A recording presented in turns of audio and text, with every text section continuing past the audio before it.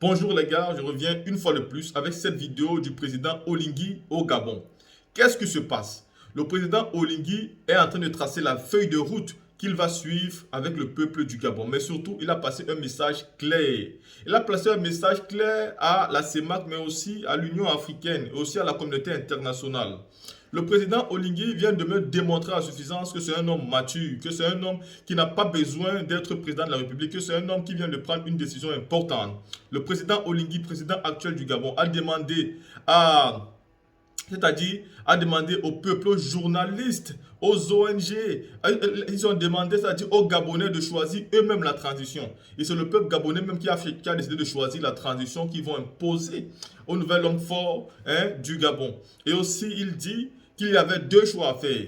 Il y avait porté les armes contre le peuple qui devait manifester contre Ali Bongo. Et il y avait un autre côté, porter les armes contre Ali Bongo, retirer Ali Bongo sans blesser un seul citoyen. Ce qui a été fait. Ali Bongo a été renversé, mais aucun Gabonais n'a été blessé. Cela doit être apprécié. Et encore, il met en garde le président du Tchad, qui aujourd'hui décide de se joindre à tous ces anciens présidents pour mettre des ultimatums au Gabon. Pourtant, lui-même, il a fait un coup d'État. Et moi, j'ai envie de dire, est-ce que quand on est le fils d'un président, on a le droit de faire un coup d'État? Nous avons vu Emmanuel Macron se déplacer, aller féliciter Mamad Déby et dire à Mamad Déby que tu as 3 ans de transition, fais ce que tu veux. Nous avons vu l'Union africaine accepter, nous avons même vu Mamad Déby être reçu au palais présidentiel à Yaoundé au Cameroun par M. Paul Biya. Ça n'a jamais dérangé quelqu'un. Pourquoi aujourd'hui c'est M. Oligui, président du Gabon, qui devient président et ça doit vous effrayer? Qu'est-ce qu'il a fait? Est-ce qu'il a tué quelqu'un? Il a attaqué quelqu'un? Non.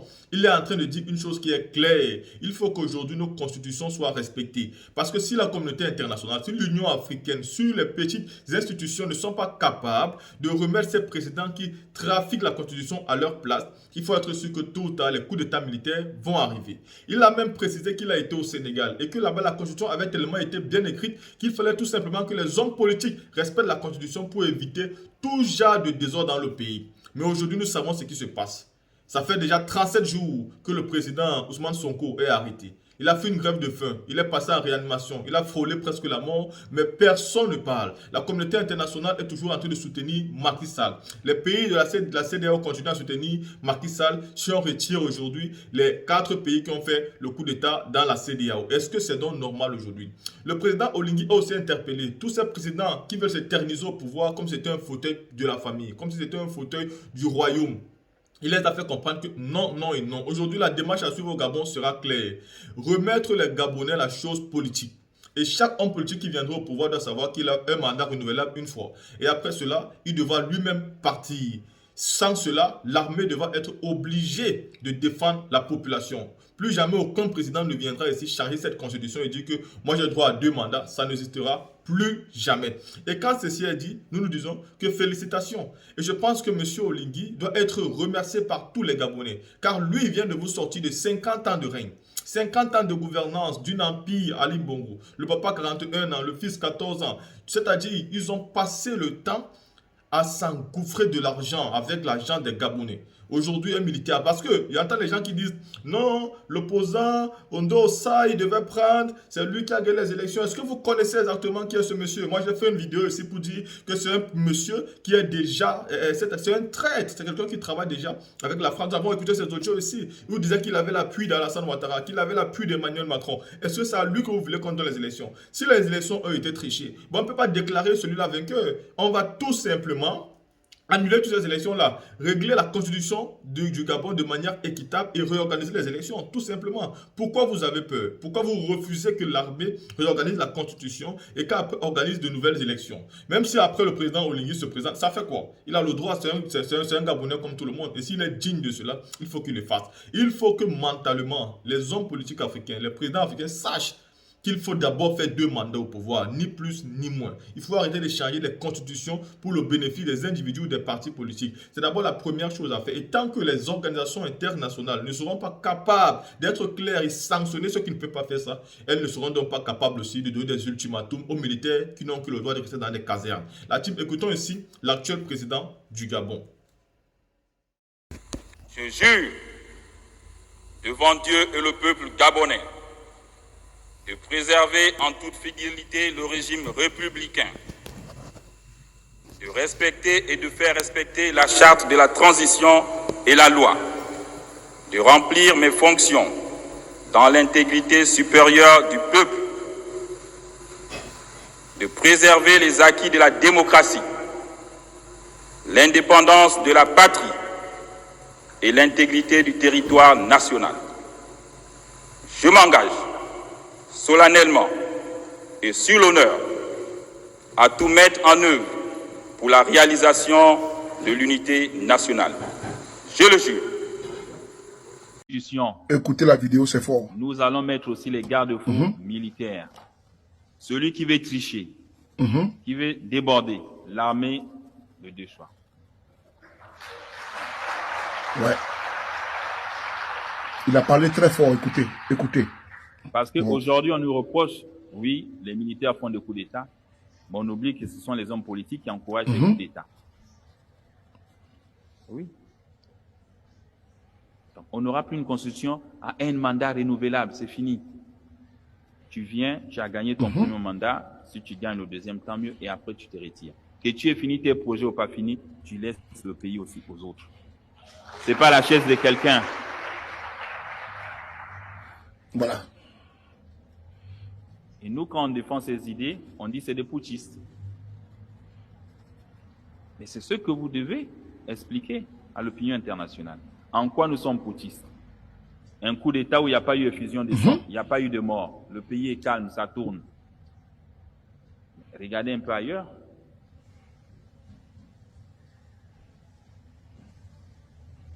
On nous condamne sur la CAC, il n'y a pas de problème. C'est quel pays? Mais dans le même pays, lui, il est venu par coup d'État.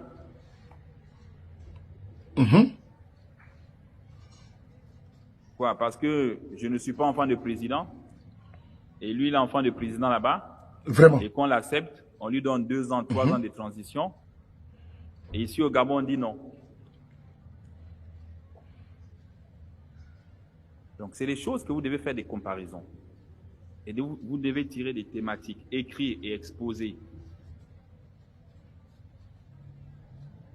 ne faut pas avoir un système qui n'est pas juste. Où on condamne ici, et je m'excuse, au Tchad, on ne condamne pas. Mais parlez de ça, c'est vous les journalistes. Et ils n'ont pas de sanctions. Vraiment. Vraiment.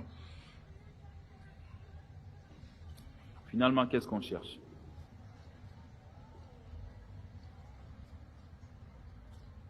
Vous avez toujours en Afrique centrale un pays où quelqu'un finit sa transition et c'est devenu la norme chez les hommes de pouvoir.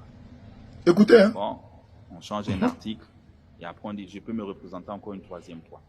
C'est pas un coup d'État. Hein? Mais ça passe aux yeux des institutions. Ils ne font rien. Et on change ça comme une lettre à la poste. On joue avec la Constitution.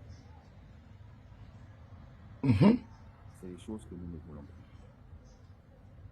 Je suis sûr qu'un jour, tôt ou tard, la même chose va se produire chez lui, par ces militaires. Tu es venu, tu as trouvé le système de mandat. Tu changes et tu veux ramener à un mandat. Vraiment. Moi, je reviens du Sénégal. J'étais au Sénégal 5 ans. Et j'ai vu comment ça se passait. Comment les lois démocratiques ont été bien faites. Il suffit seulement que chacun respecte son mandat. Chacun respecte la durée. On n'est pas né pour mourir au pouvoir. Vraiment. Quand tout ça sera respecté, vous verrez que les militaires n'auront même plus à faire de coups d'État. Un peu partout en Afrique. Les militaires vont rester en caserne. Parce qu'après tout, ils ont la même souffrance que vous aussi quand ils voient des choses. Voilà. Et nous sommes retrouvés devant un cas de conscience. Faut-il intervenir contre les Gabonais? Avoir une effusion de sang? Et après demain, vous allez citer nos noms que allez-y à la CPI. Vous allez, oui, vous avez oublié celui qui a écrit toutes ces règles-là, élections comme ça, jumelées, accolées, on enlève le ticket poubelle. Et c'est nous qui allons répondre de nos actes devant la CPI. Ouais. Donc, on n'a pas voulu tuer les Gabonais. Parce que cette nos frères. Applaudissez pour lui. Applaudissez pour ce message important. Ouais. C'est ce qui s'est réellement passé. On n'a pas voulu tuer, affronter les Gabonais. On a dissous l'élection. Vous pouvez compter sur nous, compter sur tous ces militaires. On va remettre les choses dans l'ordre.